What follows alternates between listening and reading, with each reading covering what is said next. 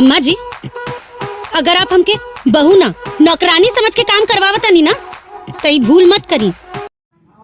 अमरपाली दुबे, विक्रांत सिंह का ये ज़बरदस्त फिल्म, और इस फिल्म में comedy plus family plus fantasy story बनाई गई है। यह फिल्म सास बहू और यमराज के कंसेप्ट पे आधारित है। कॉमेडी ड्रामा है, फैंटेसी फिल्म है, जैसे कि यमलोक वगैरह का दिखाया गया है सीन्स, तो फैंटेसी है। और ये यमराज, यमलोक और पृथ्वी लोक के ऊपर बनी कहानी है, जो कि एक परिवार से रिलेट करती है और उसी परिवार में किस तरह की घटनाएं होती है, परिवार में क्या क्या होता है, वो सारी चीज़ें फिल्म में दिखाई गई है। फिल्म जिसमें मौत के बाद की कहानी और घर के लड़ाई के मज़ेदार तरीके दिखाए गए हैं। नमस्कार, आज ये जो फिल्म है सास बहू और यमराज सबकी पसंदीदा फिल्म बन रही है और सबकी पसंदीदा फिल्म है, क्योंकि इस फिल्म की कहानी, स्टोरी लाइन जिस तरह से बनाई गई है, मज़ेदार फिल्म है। और इस फिल्म से जुड़ी जो रिव्यू है, ओपिनियन है, हम आप लोगों के बीच बताएंगे, शेयर करेंगे किस तरह की कहानी किस कंसेप्ट पे बनाई गई है। फैमिली ड्रामा है और सबसे बड़ा ट्विस्ट, यमराज की एंट्री जब होती है तब होती है। क्या होता है जब सास बहू की लड़ाई पहुंच जाती है यमलोक तक, और क्या सच में यमराज धरती पे आते हैं, और आखिर जीतता कौन है, सास या बहू। इस फिल्म में जो कहानी है एक परिवार से जुड़ी है, जहां सास और बहू के बीच हमेशा लड़ाई चलती रहती है। घर का माहौल पूरी तरह से खराब रहता है। सास बहू को पसंद नहीं करती और बहू भी सास को पसंद नहीं करती, परेशान करती है। इसी बीच जब अचानक से एक मामला सामने आता है, जो मौत का मामला होता है, जिसमें यमराज की एंट्री होती है। यमलोक से स्वयं पधारते हैं पृथ्वी लोक पे। यमराज आते हैं और किसी को ले जाने की कोशिश करते हैं, लेकिन कहानी में कॉमेडी ट्विस्ट आ जाता है। कभी सास बचती है, कभी बहू। सास को बचाने के लिए बहू सामने आती है, क्योंकि यमराज जब पृथ्वी पे आते हैं तो वो जिसके प्राण इनको हरने होते हैं उसी के घर पे जाते हैं, और वहाँ जाने के बाद वो बेटा बन जाते हैं, अमरपाली दुबे का भाई बन जाते हैं।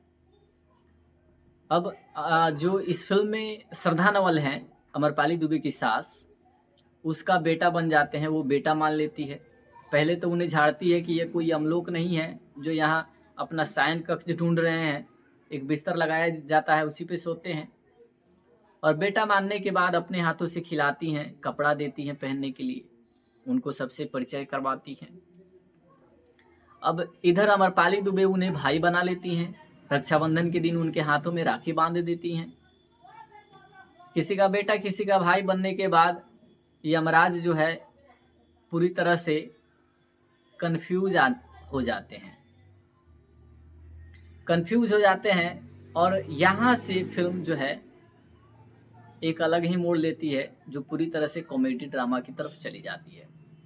जैसे जैसे फिल्म आगे बढ़ेगी, हमें देखने को मिलेगा कि यमराज पृथ्वी पर आ करके और सास बहू के बीच की लड़ाई से परेशान हो जाते हैं, क्योंकि जिस घर में वो आते हैं वहाँ पर रोज झगड़ा होता रहता है। कभी सास बहू को घर से निकालने की धमकी देती है, तो कभी बहू सास से बदला लेने की प्लानिंग करती है। इसी बीच फिल्म में हीरो हीरोइन के बीच आपसी प्यार, इमोशन दिखाए जाते हैं। कुछ इमोशनल सीन भी इसी में क्रिएट किए जाते हैं। यमराज का फैसला जब लेते हैं कि इस घर की समस्या का समाधान करना पड़ेगा, तो यहाँ से एक नया ट्विस्ट आता है, कॉमेडी की तरफ जाती है, जहाँ सास और बहू दोनों अपनी अपनी शिकायतें करती है। सास कहती है बहू बदतमीज है, बहू कहती है सास बहुत परेशान करती है। यह सीन फिल्म का सबसे मज़ेदार सीन हो सकता है, और यहीं से कहानी की असली मैसेज निकल कर आता है कि परिवार में प्यार और समझ कितनी ज़रूरी होती है। अब फिल्म जो है और आगे बढ़ती है। यमराज दोनों को समझाते हैं कि ज़िंदगी बहुत छोटी है, लड़ाई से कुछ नहीं मिलेगा। और तभी कहानी में इमोशनल मोमेंट आता है। सास और बहू दोनों अपनी गलती समझती है और दोनों एक दूसरे को माफ कर देती है, खुशी से घर लौट जाती है। लेकिन कहानी घर लौटने की नहीं है। दरअसल मैटर ये होता है कि इन लोगों का झगड़ा तो खत्म होता नहीं। यमराज सास का बेटा है और बहू का भाई है, और इनको प्राण इन्हीं दोनों में से किसी को हरने हैं या फिर दोनों को हरने हैं। अब होता क्या है, सास की अचानक स्वर्गलोक पधार लेती हैं किसी वजह से। हालांकि इस सब चीज़ों को जानने के लिए आपको पूरी फिल्म तो देखनी ही पड़ेगी। किस तरह की कहानी है, क्या देखने दिखाई गई है, किस तरह से कहानी क्रिएट की गई है, ये सब चीज़ें देखना पड़ेगा, पूरी फिल्म देखनी पड़ेगी। अब यहाँ मैटर ये बनता है कि अचानक से जब श्रद्धा नवल स्वर्गलोक को जाती हैं, एडमिट होती हैं हॉस्पिटल में, उस टाइम अपने राखी का नेग मांग बैठती हैं अमरपाली दुबे। कहती है भैया अपनी राखी का नेग मांग रही हूँ, मेरी सासू माँ की जीवन प्राण वापस कर दीजिए। अब यमराज जो हैं पूरी तरह से चक्कर में फंस जाते हैं कि अब ये राखी का नेग निभाऊं या अपना धर्म निभाऊं, अपना कर्म निभाऊं, क्या चुनूं, ये चीज़ खुद यमराज को समझ में नहीं आती है। अब मैटर ये होता है कि उनके इस रिक्वेस्ट और रोने की वजह से ये थोड़े परेशान जरूर होते हैं, लेकिन ऊपर से देवताओं के द्वारा असंभव कहा जाता है कि पृथ्वी लोक पे जो भी मानव रहते हैं उन्हें एक दिन पृथ्वी छोड़ना ही पड़ेगा। ये असंभव है कि उसके प्राण लौटाए जाएं। लेकिन अमरपाली दुबे की कोशिश और उनकी दुख पीड़ा को, दर्द को समझते हुए यमराज को उनकी सास का प्राण जो है वापस ही करना पड़ता है। तब तक पूरे परिवार को समझ में आता है कि सास की अहमियत क्या है। अब बहन के मांग पे, बहन के रिक्वेस्ट पे यमराज को उनकी सास का प्राण जो है वापस करना पड़ता है। देवी देवताओं से भी इनको मांगना पड़ता है, तब वापस करना पड़ता है। फिर परिवार सुसज्जित भले ही होता है, लेकिन इस बीच में भी सास और बहू के बीच झगड़े खत्म नहीं होते हैं। अमरपाली दुबे एक दिन खुद का प्राण जो है स्वर्गलोक को भेज देती हैं। कहती है सबको बहुत परेशानी है हमसे, तो क्यों हम सबको परेशान करें, हम अगर नहीं रहते हैं तो हो सकता है कि सबकी परेशानी ख़त्म हो जाए। इसलिए वो जो है सबका साथ जो है छोड़ देती है। लेकिन वहाँ जाकर, यमलोक में जाकर यमराज से कहती है भैया आप तो यहाँ से बैठे सब चीज़ देखते हैं, तो आप मेरे घर का दृश्य दिखाइए कि मेरे घर पे हो क्या रहा है। दृश्य गलती से दिखा देते हैं यमराज। देखती हैं कि इनको लिटाया गया है, सब रो रहे हैं, पति बहुत ज़्यादा रो रहे हैं। और पति के रोने की, जब उनकी तकलीफ़, अपनी सास की तकलीफ़, माँ पिता, जब सबकी रोने की दृश्य को देखती हैं,